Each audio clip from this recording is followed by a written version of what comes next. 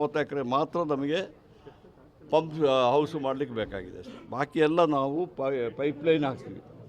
ಆ ಪೈಪ್ಲೈನ್ ಹಾಕಿದ್ದೀವಿ. ಈಗ ಬ್ಯಾಂಗ್ಳೂರು ವಾಟರ್ ಸಪ್ಲೈದು ಪೈಪ್ಲೈನ್ ಬರ್ತಾ ಇರೋದು ನೀವು ನೋಡಲಿಲ್ಲ, ನಾನು ಮಿನಿಸ್ಟರ್ ಆಗಿದೆ. ಅದು ಅಲ್ಲಿಂದ ದೊಡ್ಡ ದೊಡ್ಡ ಪೈಪ್ಲೈನ್ ಬಂದುಬಿಟ್ಟು ಬೆಂಗಳೂರಿಗೆ ನಗರಕ್ಕೆ ನೀರು ಬರೋದು, ಗೊತ್ತಾಯ್ತಲ್ಲ. ಅದರಲ್ಲಿ ಆ ಪೈಪ್ಲೈನಲ್ಲಿ ನೀವು ಮಾರುತಿ ಕಾರ್ನ ಓಡಿಸ್ಕೊಂಡು ಹೋಗ್ಬೋದು, ಗೊತ್ತಾಯ್ತಲ್ಲ. ಈಗ ನಾವೇನು ಮಾಡ್ತೀವಿ, ಅಲ್ಲಿ ಪೈಪ್ ಹಾಕ್ಬಿಟ್ಟು ಪಂಪ್ ಮಾಡಿಬಿಟ್ಟು ಉಪಯೋಗಿಸಿದ ನೀರನ್ನ ಮತ್ತೆ ಇದು ಮಾಡ್ತೀವಿ. ನಾನೀಗ ಮೊನ್ನೆ ತಾನೇ ಇದಕ್ಕೆ ಹೋಗಿದೆ, ಆಂಧ್ರ ಪ್ರದೇಶಕ್ಕೆ ಹೋಗಿದೆ. ಅಲ್ಲಿ ಗ್ರೀನ್ಕೋದವರು ಒಂದು ಮಾಡ್ತಾಯಿದ್ದಾರೆ, ವಿಸಿಟ್ ಮಾಡಿ ಬಂದಿದ್ದೀನಿ. ಭಾಳ ಒಳ್ಳೆ ಪ್ರಾಜೆಕ್ಟ್ ಮಾಡಿದ್ದಾರೆ. ಅದರಲ್ಲಿ ಒಂದು ಸತಿ ನೀರು ಇದ್ದರೆ ಬರೀ 5% ಎವಾಪರೇಷನ್ ಆಗ್ತದೆ ಅಷ್ಟೇ.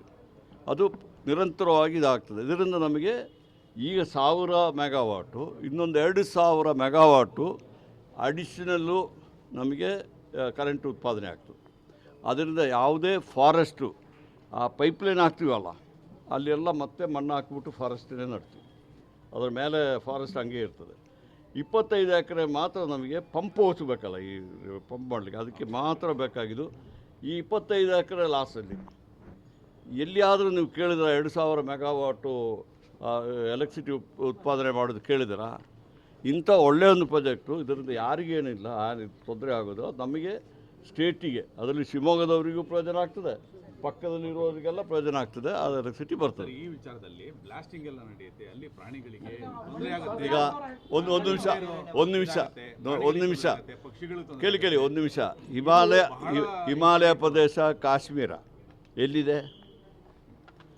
ಈ ನ್ಯಾಷನಲ್ ಹೈವೇಗಳೆಲ್ಲ ಮಾಡ್ತೀವಲ್ಲ, ನ್ಯಾಷನಲ್ ಹೈವೇಸು ಸಾವಿರಾರು ಇದು ಮಾಡ್ತೀವಲ್ಲ, ಎಷ್ಟು ಟನೆಲ್ ಮಾಡ್ತಿರಲ್ಲ, ಅಲ್ಲೆಲ್ಲ ಏನಿಲ್ವಾ, ಮರಗಳು ಯಾವುದು ಇಲ್ವಾ? ನೋಡಿ, ಪಶ್ಚಿಮ ಘಟ್ಟದಲ್ಲಿ ತಾನೇ ಶರಾವತಿ ಮಾಡಿರೋದು. ಕೇಳಿ ಇಲ್ಲಿ ನಿಮಗೆಲ್ಲ ತಪ್ಪು ನೋಡಿ. ನಿಮಗೆ ತಪ್ಪು ಕಲ್ಪನೆ ಆಯ್ತಾ? ಇದು ಕೇಳಿ ಇಲ್ಲಿ ಒಂದು ನಿಮಿಷ ಕೇಳಿ. ಇದು ನಾನು ಮಾಡ್ಲಿಕ್ಕೆ ಆಗ್ತದಾ? ಇದು ಮಾಡಬೇಕಾದ್ರೆ ಎಷ್ಟೆಲ್ಲ ಇದನ್ನು ಪರ್ಮಿಷನ್ ತಗೋಬೇಕಾಗ್ತದೆ. ಇವತ್ತು ಮೊದಲನೇದಾಗಿ ನಮ್ಮ state pollution control board, forest ಅವರು ಕ್ಲಿಯರೆನ್ಸ್ ಕೊಡಬೇಕು. ನಂತರ ನ್ಯಾಷನಲ್ ಲೆವೆಲಲ್ಲಿ ಇದ್ದಾರೆ, ಅವರು ಸಮೇತ ಇದು ಮಾಡಬೇಕು. ಅವರು ಸ್ಟಡಿ ಟೀಮನ್ನ ಕಳಿಸಿದ್ದಾರೆ, ಎಕ್ಸ್ಪರ್ಟ್ ಟೀಮ್ ಕಳಿಸಿದ್ದಾರೆ. ಅವರೆಲ್ಲ ನೋಡಿಬಿಟ್ಟು ಅವ್ರು ಪರ್ಮಿಷನ್ ಕೊಟ್ಟ ಮೇಲೇ ನಾವು ಮಾಡಲಿಕ್ಕಾಗೋದು. ನಾನಿಲ್ಲಿ ಬಂದುಬಿಟ್ಟು ಪ್ರಸ್ತುತ ನಿಮ್ಮ ಮುಂದುಗಡೆ ನಾಳೆ ಸ್ಟಾರ್ಟ್ ಮಾಡ್ತೀನಿ, ಮಾಡಲಿಕ್ಕಾಗ್ತದಾ?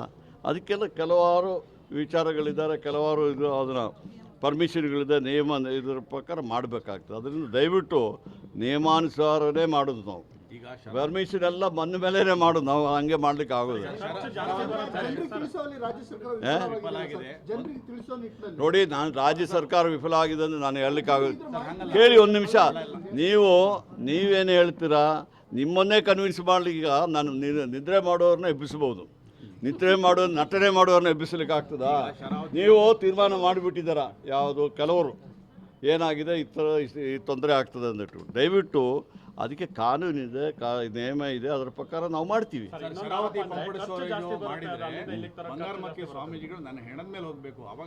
ನೋಡಿ, ಹಂಗೆ ಶರಾವತಿ ಮಾಡಿದಾಗ ಎಷ್ಟು ಜನರದು ಎಷ್ಟು ಜನರಿಗೆ ಅನ್ಯಾಯ ಆಗಿದೆ, ಎಷ್ಟು ಜನರಿಗೆ ಇದಾಗಿದೆ.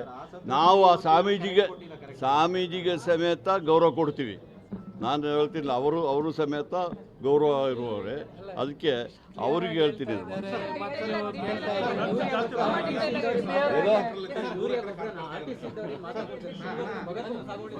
ಏನು RTC ಏನು ಯೂರಿಯಾ ಗೊಬ್ಬರ? ನಮ್ಮ ಮೀಟಿಂಗ್ ಆದಮೇಲೆ ಅದು ಇರ್ತಿರಲ್ಲ, ನೀವು ಪ್ರೆಸ್ ಅವರು ಇರ್ತಿರಲ್ಲ ಮೀಟಿಂಗ್, ಕೇಳ್ತೀನಿ. ನೋಡಿ, ಮಳೆ ಕೊರತೆ ಆಗಿದೆ ಅಂದರೆ ನಾನು ಹೇಳಲಿಕ್ಕೆ ಸಿದ್ಧ ಇಲ್ಲ. ಕೊರತೆ ಸ್ವಲ್ಪ ಆಗಿರ್ಬೋದು, ಇನ್ನೂ ಮಳೆಗಾಲ ಮುಗಿಲಿಲ್ಲ, ಇನ್ನೂ ಮಳೆ ಬರುವಂಥ ನಾವು ಒಂದು ಹೋಪನ್ನು ಇಟ್ಕೊಂಡಿದ್ದೀವಿ. ಮಳೆ ಬರ್ಬೋದು, ಯಾಕೆ ಬರೋದಿಲ್ಲ? ನೀವು ಹೆಂಗೆ ತೀರ್ಮಾನ ಮಾಡ್ತೀರಾ? ನೋಡಿ, ಈಗ ಮುಂಗಾರಲ್ಲಿ ಕುಸಿತ ಆಗಿದೆ, ಇನ್ನು ಹಿಂಗಾರು ಬರ್ತದೆ, ಬೇರೆ ಮಳೆಗಳು ಬರ್ತದಲ್ಲ. ಇದು ಫಸ್ಟ್ ಟೈಮಾ? ನೋಡಿ, ಫಸ್ಟ್ ಟೈಮ್ ಇದು. ಕೇಳ್ರಿ, ಇಲ್ಲಿ ಫಸ್ಟ್ ಟೈಮ್ ಇದಾಗ್ತಾ ಇರೋದು. ಹಲವಾರು ವರ್ಷ, ಕಳೆದ ವರ್ಷ ಬೇಗ ಮಳೆ ಬಂದಿದೆ, ಎಲ್ಲ 3-4 ವರ್ಷ ತುಂಬಿದೆ. ಈ ವರ್ಷ ನಾವು ವೇಟ್ ಮಾಡೋಣ, ನಾವು ಸ್ವಲ್ಪ ಹತಾಶರಾಗೋದು ಬೇಡ. ನಾವು ವೇಟ್ ಮಾಡಿ ಮೋಡ ಬಿತ್ತನೆ ಬಗ್ಗೆ ಚರ್ಚೆ ಆಗ್ತದೆ ಸರ್. ಮೋಡ ಬಿತ್ತನೆ ಬಗ್ಗೆ ನೋಡಿ, ಇನ್ನೂ ಅದು ಆ ಟೈಮ್ ಬರಲಿಲ್ಲ. ಇನ್ನೂ ಜುಲೈ ಆಗಸ್ಟು ಎಲ್ಲ ಇದೆಯಲ್ಲ ತಿಂಗಳು. ಅದಾದಮೇಲೆ ಅದು ನಾನಲ್ಲ ಹೇಳುವ, ಅದೆಲ್ಲ ನಮ್ಮ ತಜ್ಞರು ಇರ್ತಾರೆ, ಅದಕ್ಕೆ ಸಂಬಂಧಪಟ್ಟ ಇಲಾಖೆಯವರು ಇದ್ದಾರೆ, ಮಂತ್ರಿಗಳಿದ್ದಾರೆ, ಅವ್ರು ತೀರ್ಮಾನ ತಗೊಂಡು.